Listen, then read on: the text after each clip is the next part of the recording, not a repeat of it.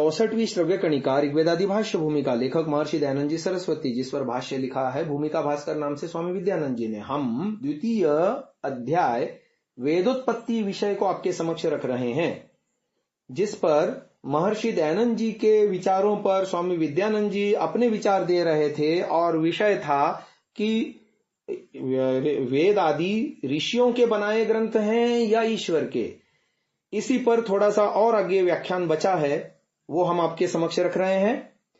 ग्रंथकार यानी महर्षि दयानंद केवल पाणिनीय व्याकरण के विशेषज्ञ नहीं थे, अपितु समस्त उपलब्ध व्याकरण शास्त्रों के मर्मज्ञ भी थे। उनकी पद प्रयोग शैली रामायण महाभारत आदि के समान वृत्ति वाली है। वह आर्ष ग्रंथों के तुल्य है। प्रपूर्वक ईर धातु से बनने से समास होने पर त्वा के स्थान में ल्यप होकर प्रेर्य बनना आवश्यक नहीं है, प्रेरयित्वा रूप भी बन सकता है।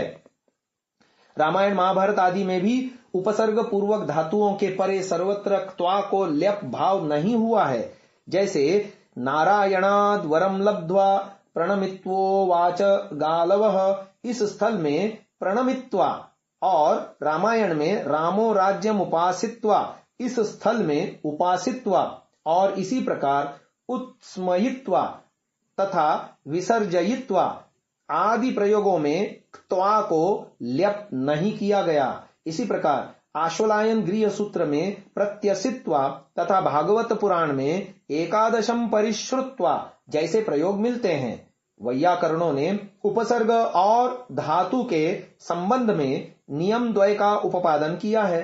पहले धातु उपसर्ग से मिलती है फिर साधन से, दूसरा पहले धातु साधन से मिलती है फिर उपसर्ग से। द्वितीय नियम के अनुसार ईर और त्वा का योग करके फिर उपसर्ग का योग करने पर प्रेरयित्वा बन सकता है। अतः यह प्रयोग व्याकरण सम्मत है। परमेश्वर ने पुस्तक रूप में वेदों का प्रकाश नहीं किया था, इसलिए लेखनी, स्याही आदि बाह्य भौतिक साधनों की आवश्यकता का प्रश्न ही नहीं उठता।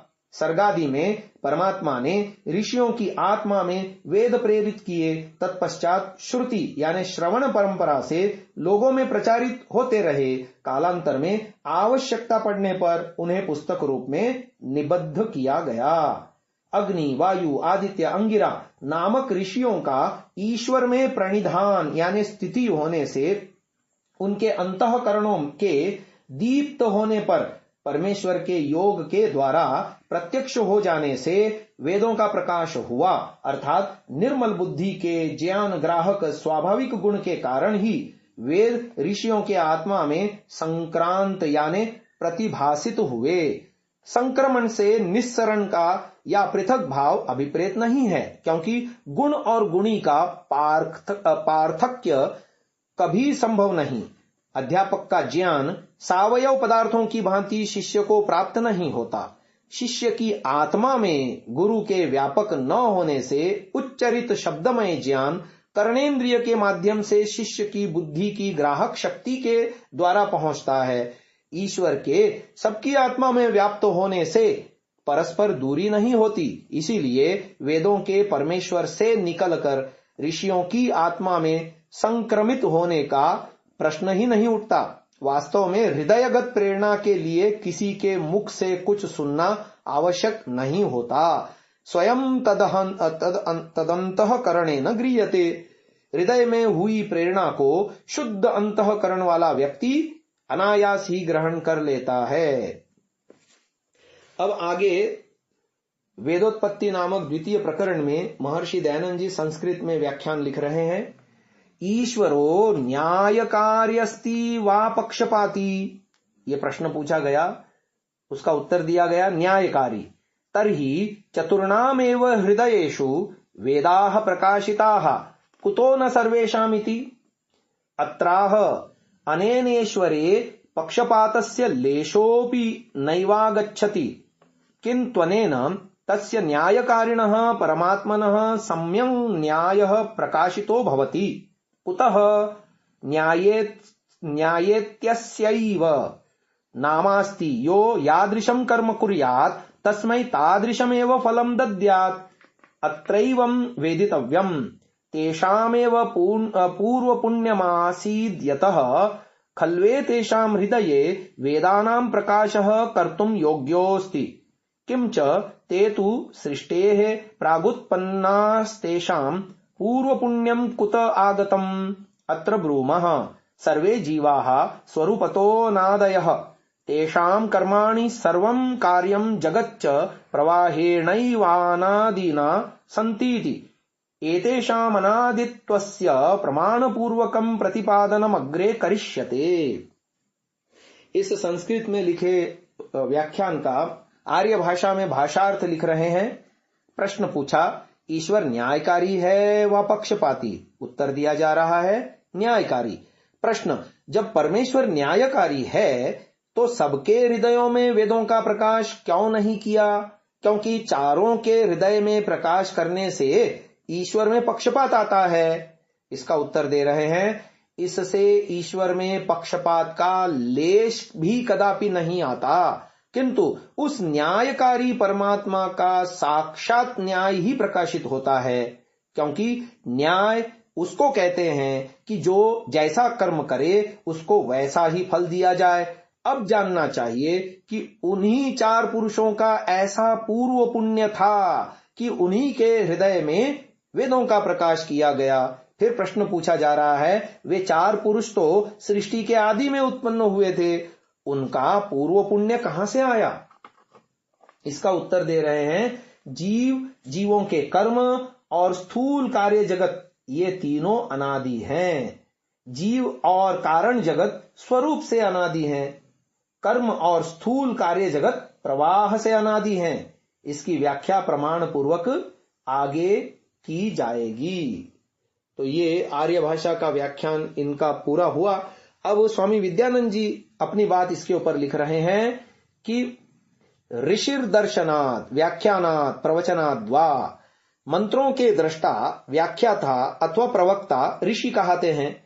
यदि अग्नि आदि को जड़ पदार्थ माना जाएगा तो यह सर्वथा असंगत होगा, क्योंकि जड़ पदार्थ ज्ञान के ग्रहण करने, उनका व्याख्यान करने तथा प्रवचन करने में नितांत असमर्थ हैं। अतः ईश्वरीय प्रेरणा से उसके ज्ञान को प्राप्त करने वाला देहधारी मनुष्य ही था। इस विषय में सायणाचार्य ने अपने ऋग्वेद भाष्य की उपक्रमणिका में लिखा है, जीव विशेषैरग्नि वायवादित्यैर्वेदानाम उत्पादित्वात्। अर्थात सायणाचार्य के मत में अग्नि, वायु आदि जीव विशेष थे।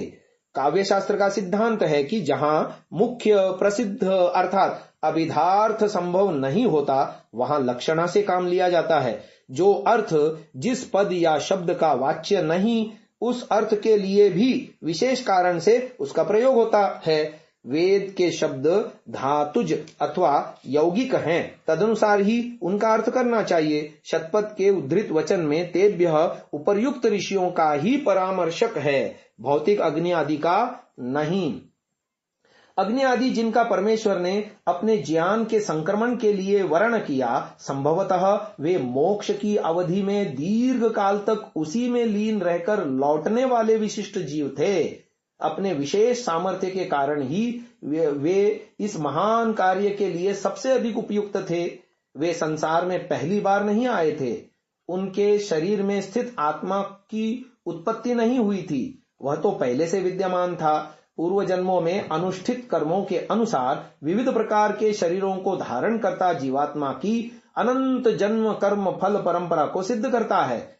यह जीवात्मा के अविनाशी होने और अविनाशी होने से अनुत्पन्न होने का स्पष्ट प्रमाण है। जैसे भाव का अभाव या विनाश संभव नहीं, वैसे ही अभाव से भाव की उत्पत्ति भी संभव नहीं। यदि वर्तमान में आत्मा का होना सिद्ध है तो उसका अनादि अनंत होना स्वतः सिद्ध है। यदि हम हैं सत्य है तो हम थे और हम होंगे भी उतना ही सत्य है। यदि संसार में ऐसा कोई नहीं है जो न कभी इससे पहले यहाँ आया हो और न यहाँ से एक बार जाने के बाद फिर कभी लौटेगा, जन्म जन्मांतरों के पुण्य कर्मों के फलस्वरूप ही उक्त चार ऋषियों को वेदों का प्रादुर्भाव होने का माध्यम होने का श्रेय मिला था। नासदीय सूक्त में प्रलय काल का विवरण प्रस्तुत करते हुए लिखा है, रेतोधा आसन इन पदों से स्पष्ट होता है कि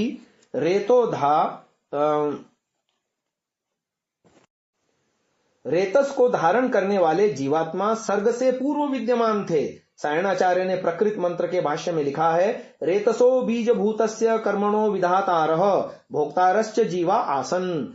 प्रलय काल में शरीरधारी न होने के कारण जीवों की नामरूप पहचान नहीं की जा सकती। उस अवधि में वे मूर्छित अथवा सुषुप्ति अवस्था में पड़े रहते हैं।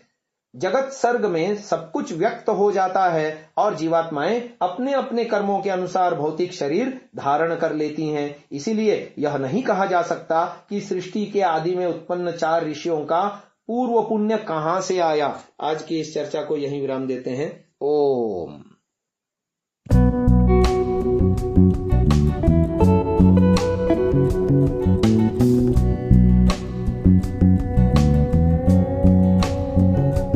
डाउनलोड सांसा ऐप, आरवीरदल ऐप, विजिट sansa.org, rvirdal.in।